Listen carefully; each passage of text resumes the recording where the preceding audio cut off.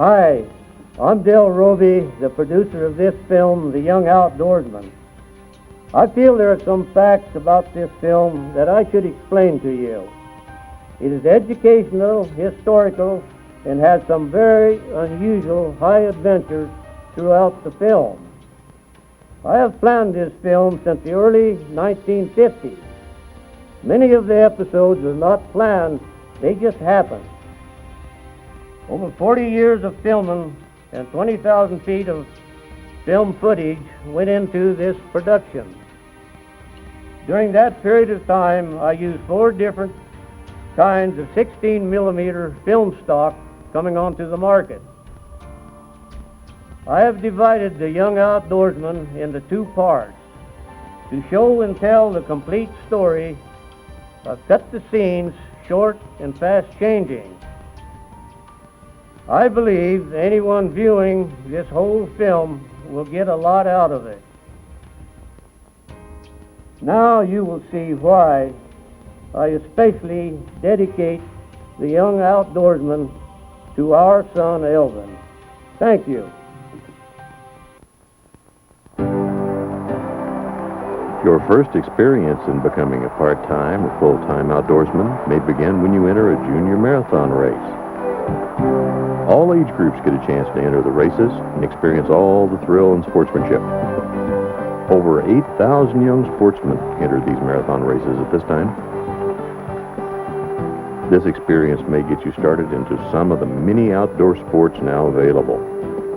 You may not have the opportunity, energy, or resources to fully enjoy the great outdoors. Entering a mud bog race, either on wheels or on foot, is a much different kind of challenge.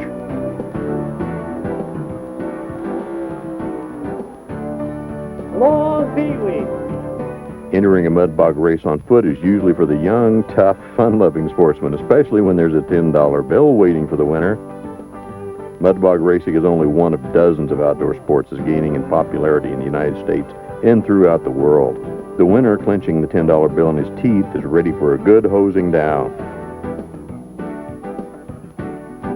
You were taught from early childhood the outdoor life of camping, fishing, hunting, and many other outdoor skills.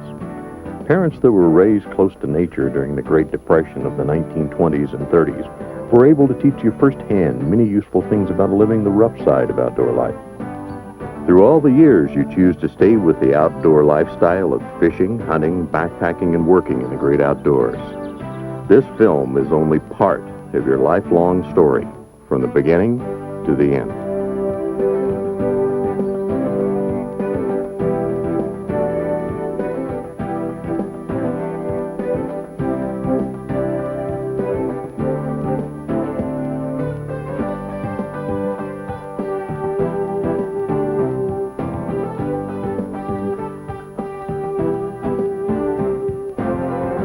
At the early age of 2 years, your first fishing trip was a piggyback ride into a remote mountain stream.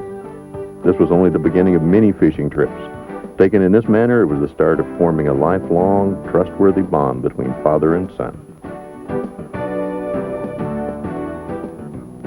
While sleeping out on the ground on one of many family campouts in the mountains, a curious porcupine came sniffing and smelling sleepyheads. A sudden movement of heads or arms could have caused Porky to flip his quill-loaded tail into faces or eyes. After being chased away in the middle of the night, old Porky came back again and was disposed of. This was very unusual for a porcupine to come back. During the early years, you learned to respect all bird and animal life. Old Porky was buried with full honors. Domestic cattle and dogs are most famous for getting a nose full of porcupine quills. Curious, they'll walk up close to a porcupine to sniff and smell and will get slapped in the nose and face with a quill-loaded tail. The quills are very painful and will soon work their way into the flesh. If not pulled out right away, they can cause infection and even death. In some areas, the cougar and mountain lion will go after the porcupine and will get very skillful at killing them without getting full of quills.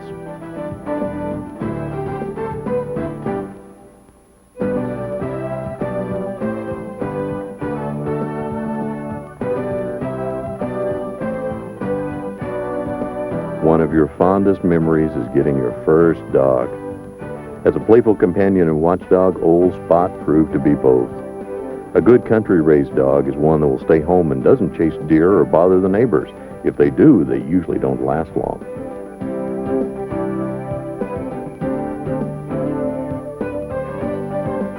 You may be a young Iowa boy catching bullheads from a handy pond, enjoying the outdoors in your own environment.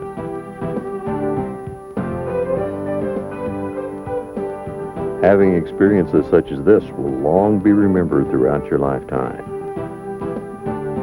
All areas have their own special outdoor sports opportunities.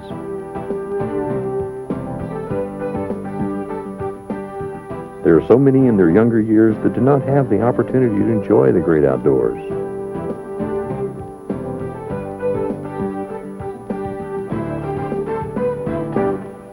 Finally, the big thrill and long fight. Your arms get a great workout. Landing the first big steelhead salmon is much different than catching the small trout from a mountain stream. You quickly learn the best way to net these big fish is a fast, head-first pass. Proper care and handling is very important.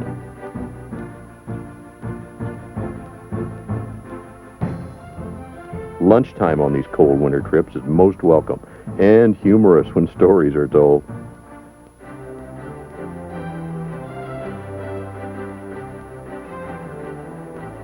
In 1960, at the age of 10, you experience your first run through the famous Hell's Canyon Gorge of the Snake River located on the border of Oregon and Idaho. You also experience the sight of hydroelectric private power company dams constructed without fish ladders, blocking the yearly runs of salmon and steelhead, one of our many valuable natural resources. Permits were issued for the construction of these 3 dams with very little voice from the public. This is only one example of greed, power, and politics that helped the destruction of our great salmon and steelhead runs of the Pacific Northwest. This destruction we're all paying for now in the 1990s and beyond. This river run was soon to end in disaster. The changing of the river channel from road construction into the High Hells Canyon dam site caused tons of rock to be pushed from high on the canyon wall. It had narrowed the river channel into a raging funnel. With other passengers put on shore to walk around the rapid, you witnessed the destruction of this special-built riverboat and the near drowning of your dad and uncle, both saved by the wearing of life jackets. Fully explained in the film Wild but True. This time there were women and children on board. The pilot could hear the unusually loud roar of white water. Something had changed the river channel. After stopping to look the rapids over, it was quickly decided to leave all passengers on shore to walk around the rapids. With limited power, there was no chance of returning up the river. Pilot Del Roby asked his brother Dick to ride the boat through with him. He anticipated trouble.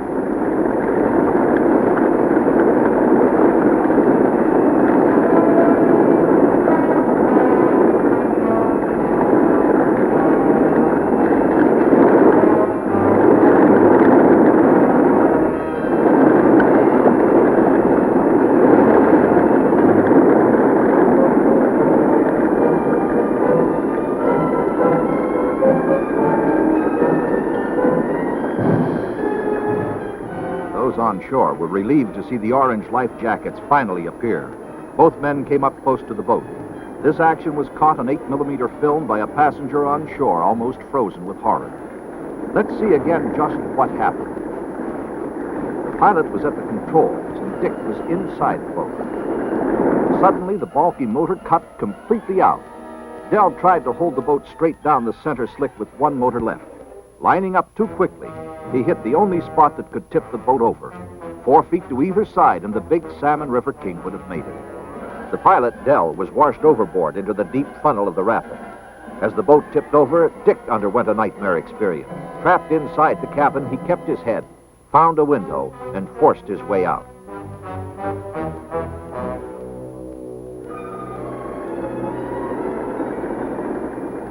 Had passengers been aboard, they would undoubtedly have drowned. Without the life jackets, the 2 men would have had no chance at all. The moments underwater were agony and seemed like years. The underwater struggle for survival is printed forever on the memories of these 2 men. As Del climbed up onto the overturned boat, he was relieved to see Dick making his way to shore. The next step was to go for help.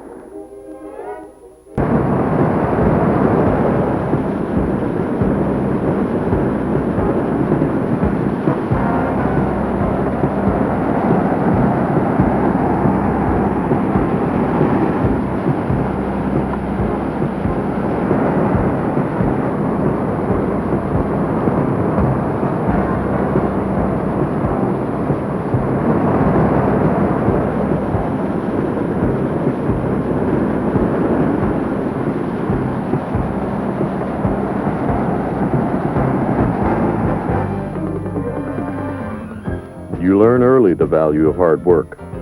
Bucking wood with a crosscut saw, bucking right or left-handed, you build up muscles for splitting cedar posts and rails, tough hunting, and backpacking trips.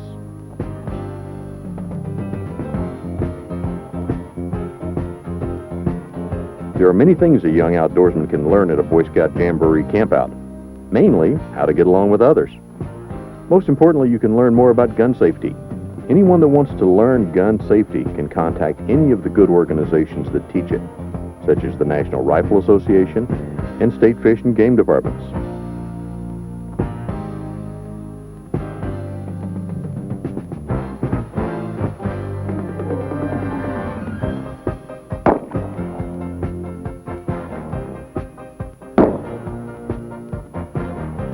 After first learning gun and hunter safety with a .22 caliber rifle, you're ready for your 30-30 carbine deer hunting rifle. The 30-30 carbine was probably the most popular and safer for a young hunter's first deer rifle. Now gun and hunter safety training is required before you buy your first hunting license. Target practice over, it's time to hunt your first mule deer on the rugged, open Lower Salmon River breaks.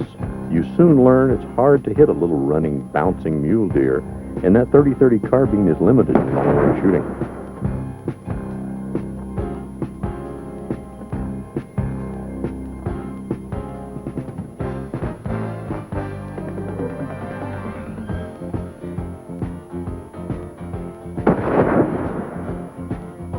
Your first deer was just a little buck with short nubbins for antlers, but you can be proud by finishing up with a job well done. Now you learn one of the hardest parts of all big game hunting is to dress an animal out as quickly as possible and taking proper care of all the meat.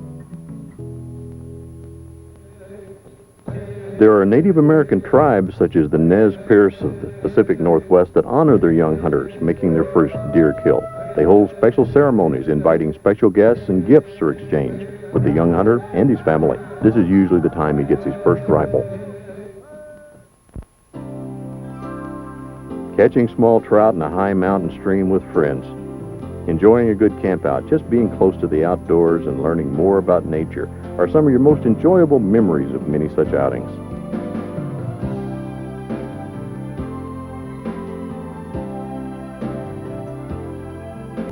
You discover the fun and adventure of backpacking into mountain streams and lakes for a few nights camping out.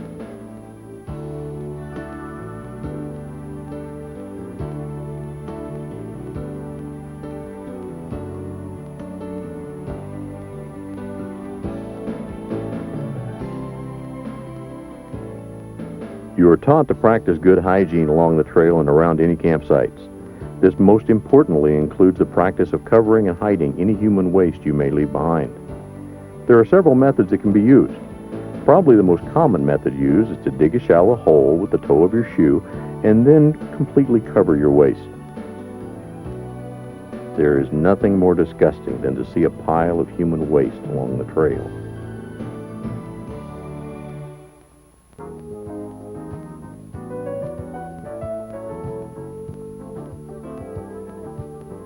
One of your first lessons learned as a cinematographer is to set the camera up, let it run, and get in the picture. You also learn this is a good way to waste a lot of good film by having to come back to turn the camera off. You better paddle fast to save film.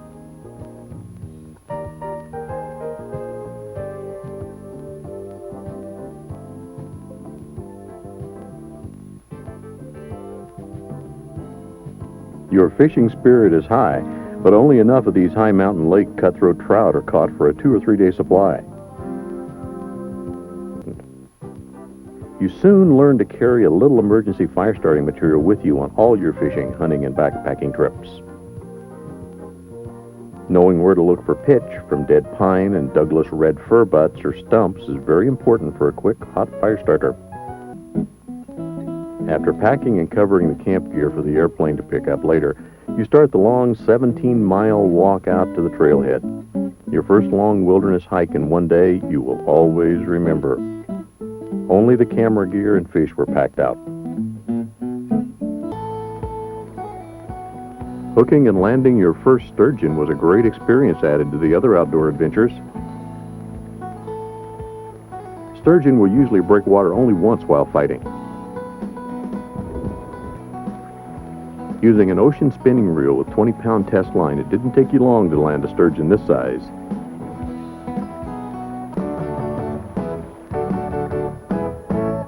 You take an early June backpacking, filming, and coyote hunting trip into the high snowy ridges of the Solway Wilderness area.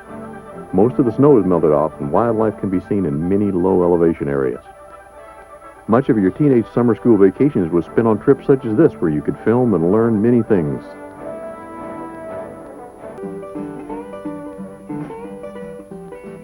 The black bear will multiply pretty fast with a lot of sows having twin cubs, and a few have been seen with 3 cubs, but that is rare. Through the years, the bear hide was valued as a trophy rug, the claws valued for ornaments, the gallbladder was highly valued by the Asians. Getting out a gallon can of bear grease, it's time to learn its value for greasing all outdoor working and hunting boots. Bear grease was also used to protect other leather materials, such as horse harnesses and saddles. Bear grease is nice, smooth, white grease and was highly valued by loggers lucky enough to get a bear. A lot of small mills and logging crews would have to shut down when most workers went hunting on the first day of hunting season. There was a lot of hard backpacking of wild game at that time. One of the first tricks you learn to hunt elk up close in heavy brush or timber is to rub fresh bull elk musk all over your body and clothing. You could usually find a fresh bull elk bed on a brushy knoll or timbered ridge. The bull elk will use the same bedding spot for days at a time. They stand up and urinate in their bed and lay back down in it. By rubbing this all over your body, you will help kill your human body odor.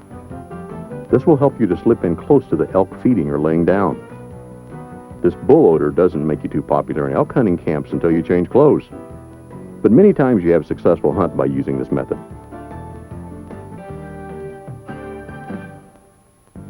Finding shed elk antlers is very common. Through later years, shed antlers of any big game became quite valuable and shed antler hunting became very popular in some areas.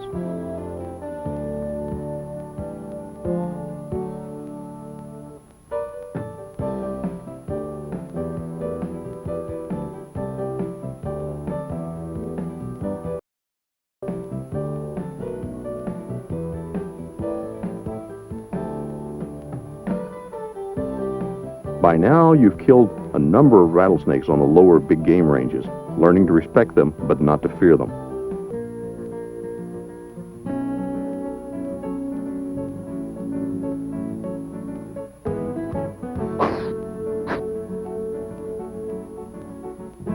Hard to see nearby, hidden in the brush, you find the little fawn.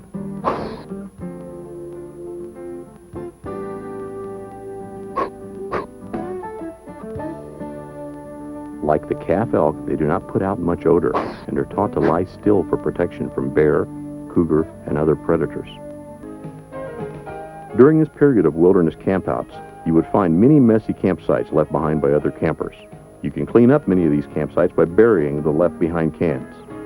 In later years, the Forest Service adapted the good policy of packing out all trash not burned. All good, true outdoorsmen always leave a clean campsite. Coming back out far below along the trail, we spot smoke, too much for a campfire. We also noticed fresh horse tracks on the trail. Soon turning into a large column of smoke, we know a forest fire is growing fast. The August weather had been clear and hot for several weeks. There had been no lightning strikes.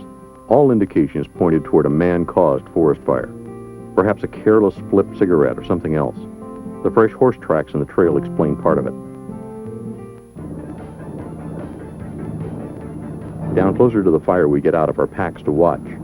A spotter plane has already gone over. The smoke jumpers would soon be dropped.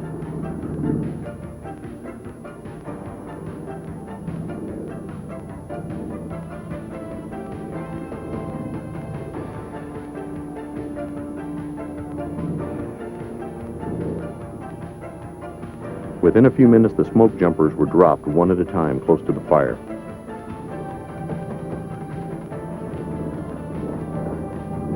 They are trained to jump on all types of terrain.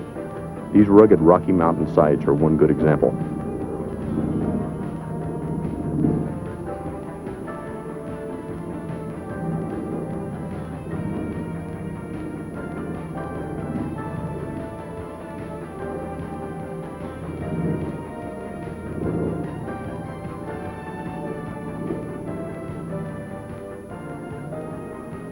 Later on, with 5 seasons spent with the Forest Service hotshot crew on fire control, you had the opportunity to know and work with some of these adventurous, hard-working, dedicated young smoke jumpers.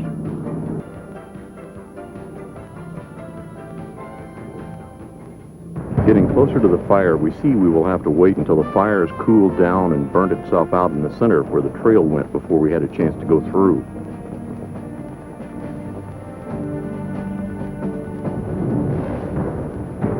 It was getting midday and the hot August sun was causing the fire to burn hotter and spread fast up the canyon wall.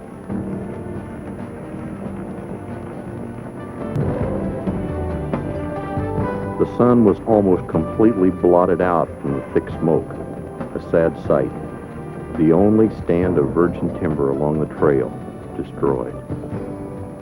Getting on through the fire down the trail, we meet a fire crew walking in to help the smoke jumpers. At trail's head, a packed string of horses and mules were being loaded with supplies for the fire crews. Another outdoor experience for you. Draws to a close. See the process here of reaching in behind the sturgeon's head and cutting the cord that runs up their back. This cord got to be cut completely loose and pulled out. It's got a strong fluid in it. If you cut through it, it'll taint the meat. Twist the tail and pull this cord out. It'll stretch out 2 or 3 times the length of the fish before you get it clear out. Just keep coming and coming.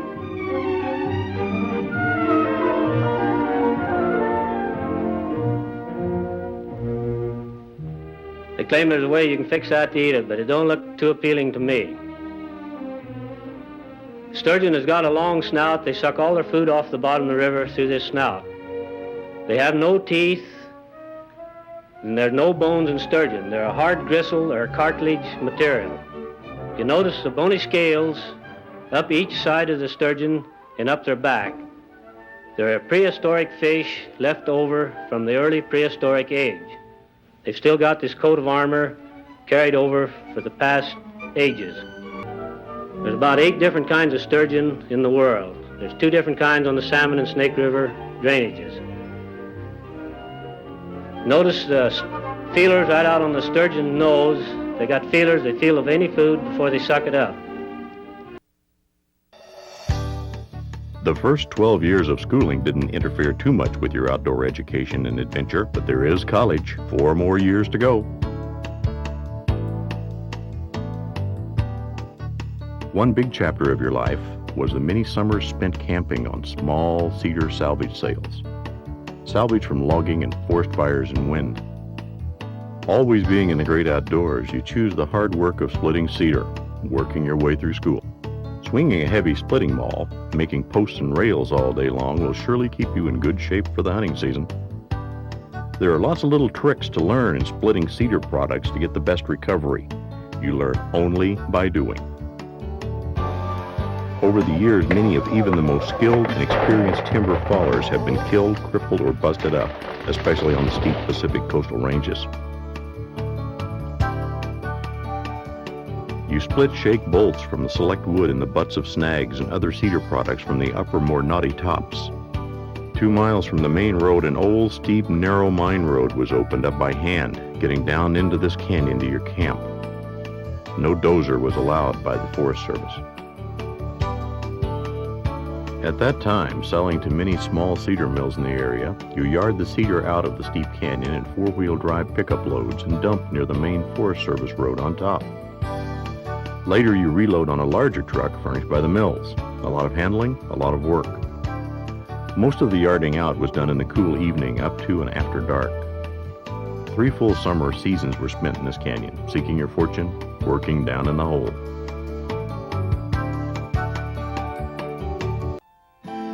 Packing out of base camp on the river, you spend 11 grueling days trying for a Rocky Mountain bighorn sheep.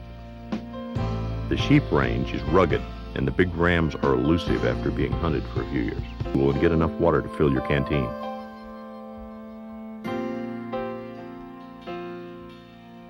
September hunting in rugged country such as this, you really learn to appreciate any water, even catching it if it rains.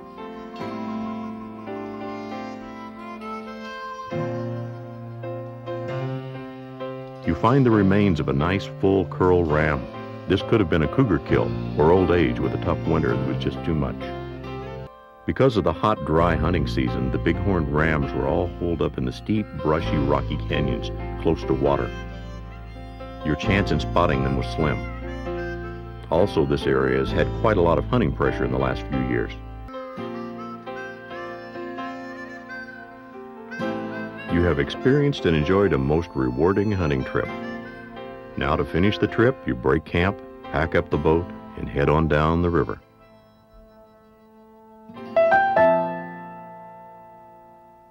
Probably one of the most sickening and disgusting big game sights you ever observed was the time the local game warden brought in the remains of poached elk and deer the first part of April. These cow elk and deer with their unborn calves and fawns were slaughtered by some low-grade poacher. Only the hind quarters were taken for food. After 16 years of formal education, you still prefer to pursue the rugged hard work of outdoor occupations, the kind you don't learn much about in school. Beginning many years of logging, you break in on lowland limby ponderosa pine, called bull pine by most loggers. A good close job of sawing the big limbs off was hard work, but very important. This big school mom or forked pine has plenty of big limbs. Scab patch logging through the years gave you a lot of this kind of hard work. Any kind of logging always had unexpected things happening all the time that made it challenging for the logger.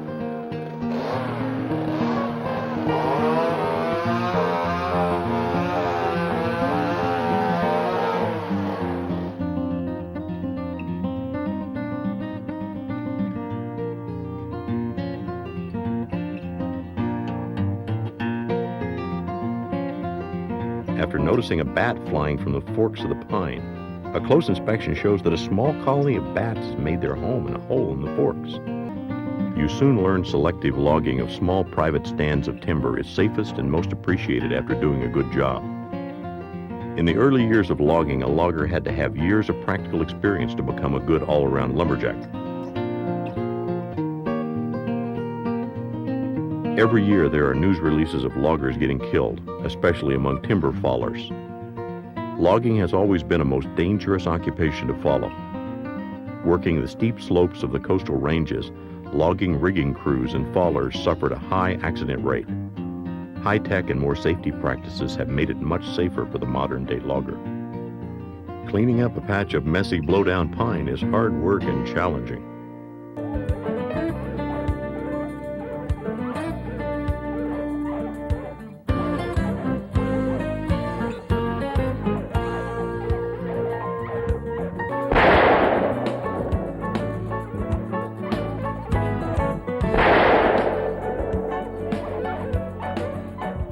The first two shots had found their mark, but you shoot two more shots before realizing that the cougar had already died and was just hung up in the limbs.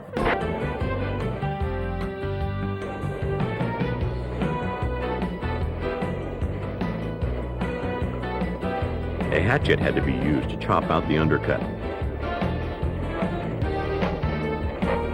The hunters take turns on the old crosscut. There is no work any harder than pulling a crosscut saw, also called a Swede fiddle, all day long. Because of the heavy, lean, and small undercut, this tree had to be corner cut good to prevent it from barber tearing or splitting when it falls. This is a dangerous tree with the crosscut in the tight working space.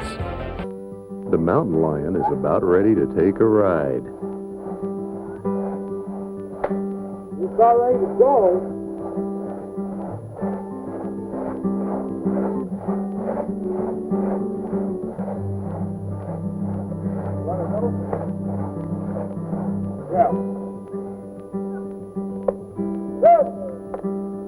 Your lion sails free.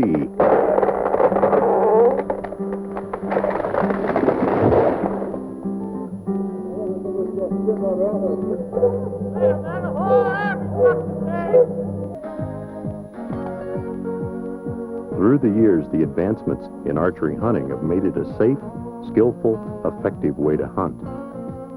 You learn the importance of lots of practice and shooting only in the effective range of your game.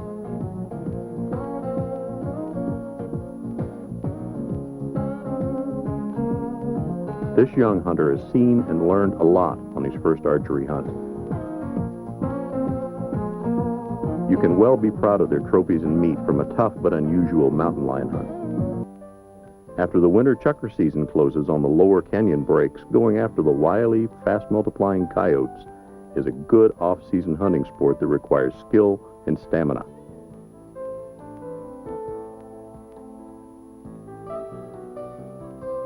During all your years of party hunting, driving white-tailed deer out of the brush and timber, there was always a feeling as well as discussion about the possibilities of a hunting accident, especially with strange new hunter companions. Year after year, you read new headlines such as these and learn that most hunting accidents happen to members of their own hunting party. A hunter that doesn't completely identify his target and goes ahead and shoots at a movement or sound is out of control of both body and mind. Hunters should wear bright hunter orange or red while hunting in close brush or timbered areas, even though color does not stop some crazy out-of-control hunter from shooting. Then in 1974, the first experience of the power and protected immunity of state institutions and public officials was experienced. It was discovered that film piracy and copyright infringement were occurring on a most valuable film called River of No Return. A 4-year hassle followed, trying to stop the state from renting the films out and return them.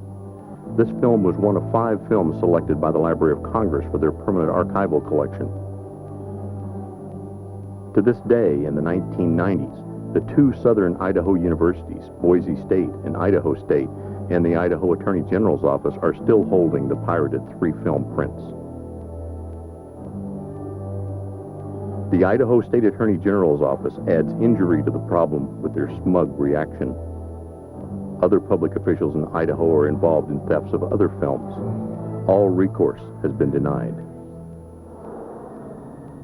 During September and October of the 1950s, 60s, and 70s, you could look all directions and see huge columns of smoke rising from the Forest Service burning clear-cut logging sites.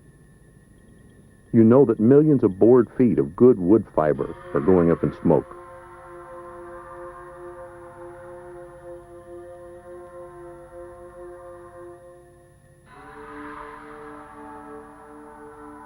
Watching and filming the Forest Service in action on just one of these clear-cut burns caused you great concern over the competence of this federal agency.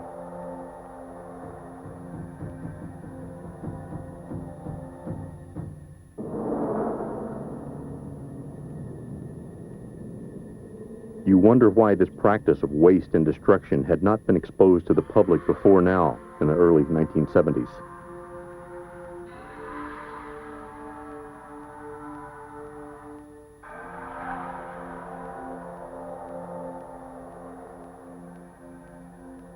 After the large lumber companies finished logging the choice timber, the Forest Service ordered them to have their loggers fall all remaining standing timber and snags so the Forest Service could burn them.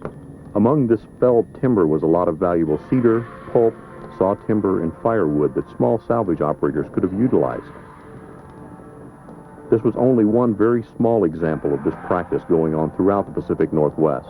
Having worked in cedar products since the age of 10, splitting posts, rails, shake bolts from cedar salvage of all kinds, these were indeed sad sights to witness. A lot of the big lumber companies, the Forest Service, and the state called this slash, a method pushed for high sawlog production and the highest immediate profits. Most areas should have been selective logged of all old growth and thick stands of trees thinned. This would have created natural reproduction in most areas. You see a lot of good things that the Forest Service has accomplished, but this waste of manpower and good wood fiber did not seem right. Your protesting letter to National Forest and Region 1 supervisors was ignored. One local district ranger told you the best thing you could do was forget about it.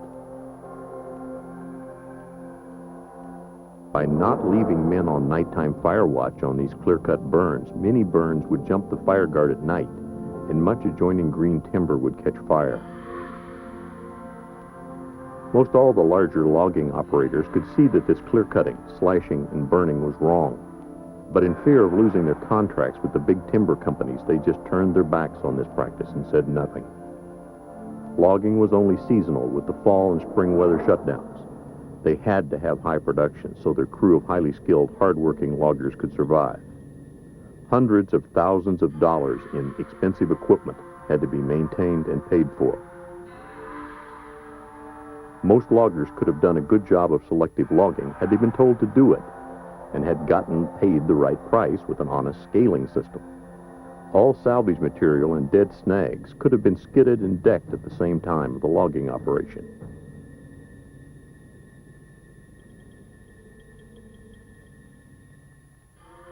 You knew that a lot of good cedar product material was being slashed and burned, material that the small salvage operator could utilize. The Forest Service did not encourage the small operators to bid on the salvage material. The large timber companies did not like it to be known how much good usable wood fiber was left to slash.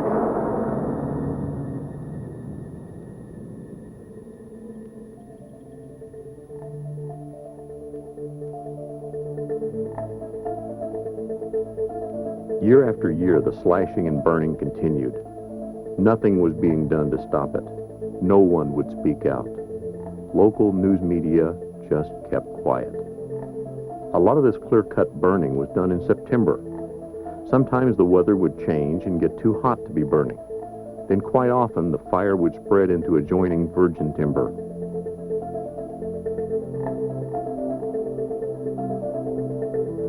In 1975, you became a 5-year seasonal employee for the Forest Service, mainly in fire control. You helped suppress some of these getaway fires.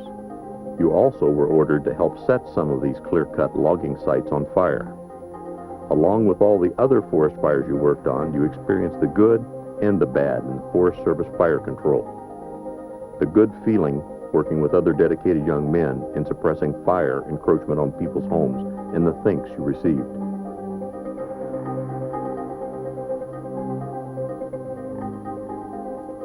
The smoke-covered sun was a common sight when lightning strikes hit tender, dry forests. Finally, enough was enough when the Forest Service ordered you and a 12-man crew to burn 300,000 board feet of already skidded and decked cedar, saw log, and pulp logs easy to just load and haul. With 6 inches of new October snow on them, the fires just gutted out the middle of the decks, leaving a blackened mess. You knew it was time to blow the whistle and expose all this waste. After this expose, this mess was later taken up for bid. Of course, there were no bidders. Blowing the whistle on all this waste proved to be disastrous for you and your dad. The repercussion and harassment that followed this expose would fill 2 books. Many small cedar mill operators backed this expose, but most of the larger operators kept quiet. The news media didn't let this 1976 story get out of the Pacific Northwest. It should have gone nationwide. One larger local timber company in this area was getting more control over the large amounts of available cedar products raw material. Hand-split rails with your special built machine for scarfing the ends gave you plenty of hard, dusty off-season work. Hand-split tapered cedar shakes of the highest quality were your pride in making cedar products. This took a special homegrown machine for the splitting.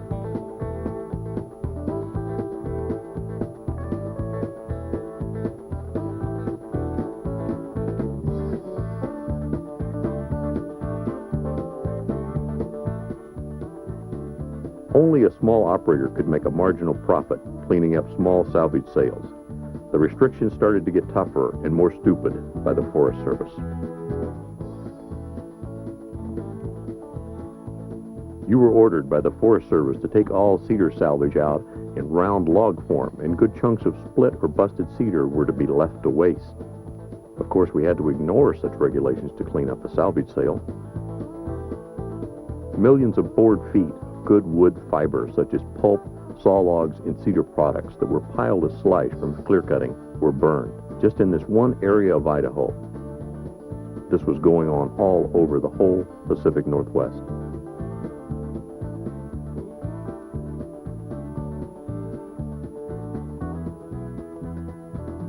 Cleaning up old, black, burnt, dirty chunks, windfalls, and snags in a sale area was considered a hard-earned bonus. But we were branded as cedar thieves. A lot of dirty work trimming out a few farm posts. Then in 1978, your outspoken comments and appearance in this documentary really was bringing the truth out to people. A large local timber company was exposed on their wasteful logging practice, unfair log scaling methods, and monopoly on Forest Service sales and salvage.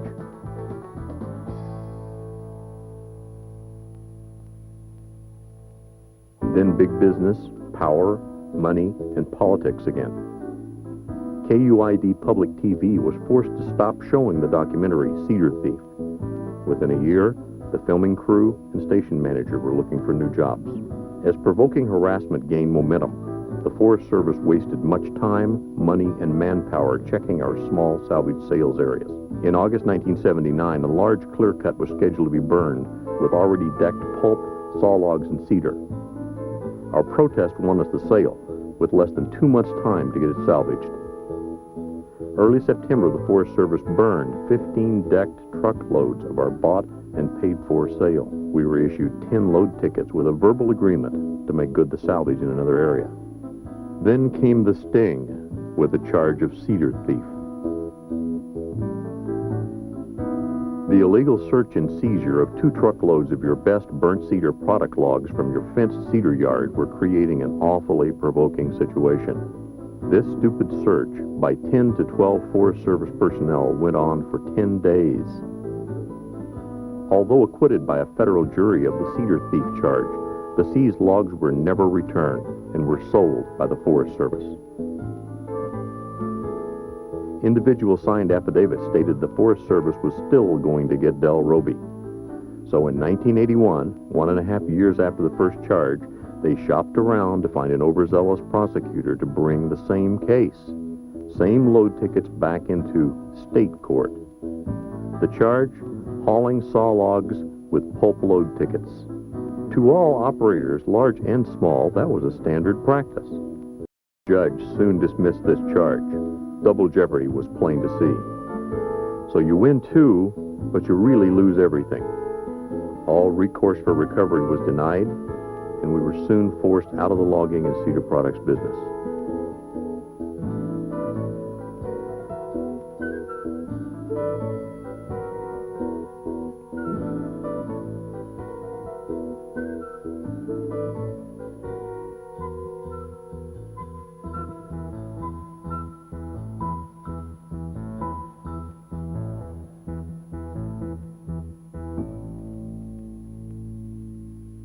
You learn again that governmental agencies and public officials hiding behind their protected immunity can get by with just about anything. We also learned the hard way that a whistleblower in the wrong area has no protection and gets very little sympathy. Through gossip and hearsay, you can easily get branded with such pet names as a dissenter, government hater, troublemaker, radical, etc.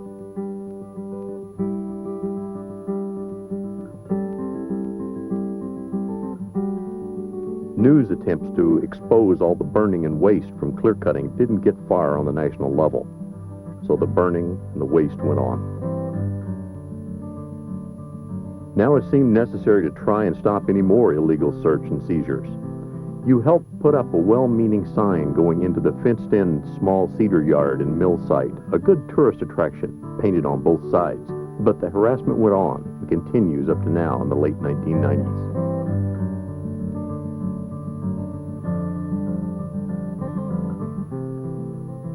All through the decade of the 1980s, you have seen and experienced the provoking harassment coming from all sides. This included such acts as improper illegal procedures from 2-bit prosecutors, attorneys, and incompetent judges of all calibers. Also, theft by 2 local sheriff's departments and individuals. There was conspiracy and abuse of power from many different agencies. This all makes you wonder what the repercussions will be if the public ever gets to see this long film. You feel that many small family mills like this will soon all be forced to close because of the restrictions and control. These small mills kept hundreds of seasonal laid-off loggers and others off unemployment and other handouts. You know that all these wasteful logging practices caused by big companies and government agencies will have to end someday. Now in the 1990s, we all are paying the price. Clear cutting should be limited to only a few special areas. With all the harassment through the years, you still took some time out for fishing, hunting, and other student activities. Many modern-day gadgets and equipment such as game and bird calls, compound bows, all-terrain vehicles, mountain bikes, and dirt bikes have taken away a lot of the challenge of real hunting. There have been both injuries and death due to the use of artificial animal and bird calls. Throughout the years, you enjoyed and knew the importance of working with young outdoorsmen while they were young children. Prospecting and camping on your mountain mining claims, staying in the old cedar cabin was always high adventure. Your last elk hunt netted you this nice spike bull elk during the October hunting season of 1987. In heavy second-growth timber, you had learned well the skill of still close hunting. Virgil, a close acquaintance, had gotten a new 7mm rifle and had asked earlier in the summer if he could hunt with us through the fall hunting season. We knew Virg was not an experienced still hunter and was a nervous type of person, but entertaining around the campfire.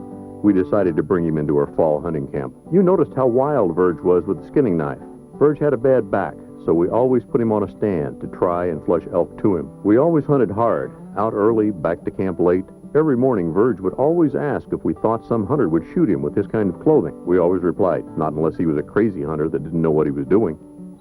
A comfortable hunting camp was always set up at this same place for 8 years, secluded and quiet.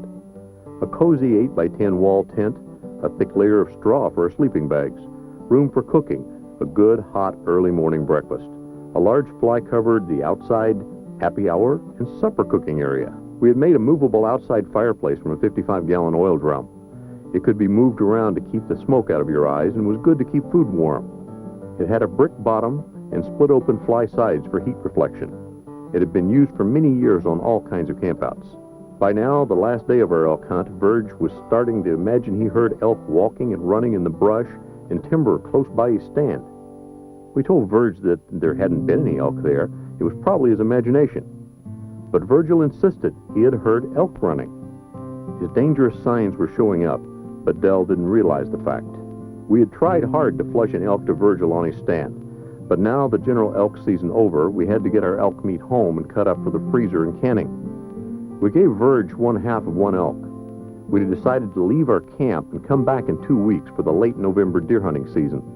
We took only the more valuable camp gear with us and left the base secure for the 75-mile drive home. We returned to camp on November 18th for deer hunting. We found that a fresh blanket of snow had covered the comfortable, air-conditioned outside toilet that you had fixed up years before.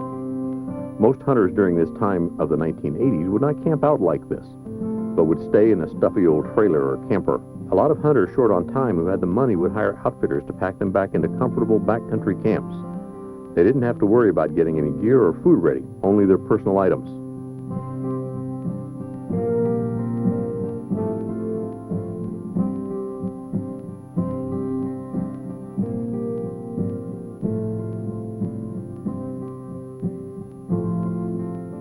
By November 21st, we had gotten our deer, but it was decided to hunt one more morning on November 22nd to try and flush a deer to Virgil on his stand in a different area. Virgil was still worrying some hunter would shoot him with his color of clothing.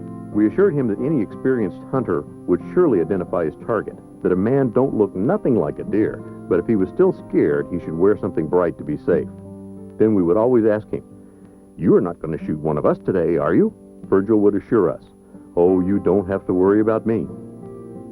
Then what you always thought wouldn't happen to you happened. You made the tragic news headlines, Thanksgiving time.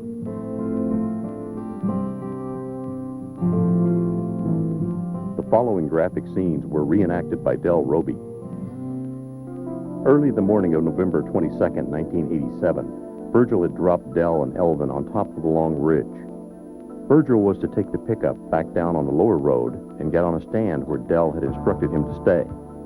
Dell and Elvin were walking 300 to 400 feet apart down along the ridge, trying to flush deer toward the stand where Virgil was supposed to be.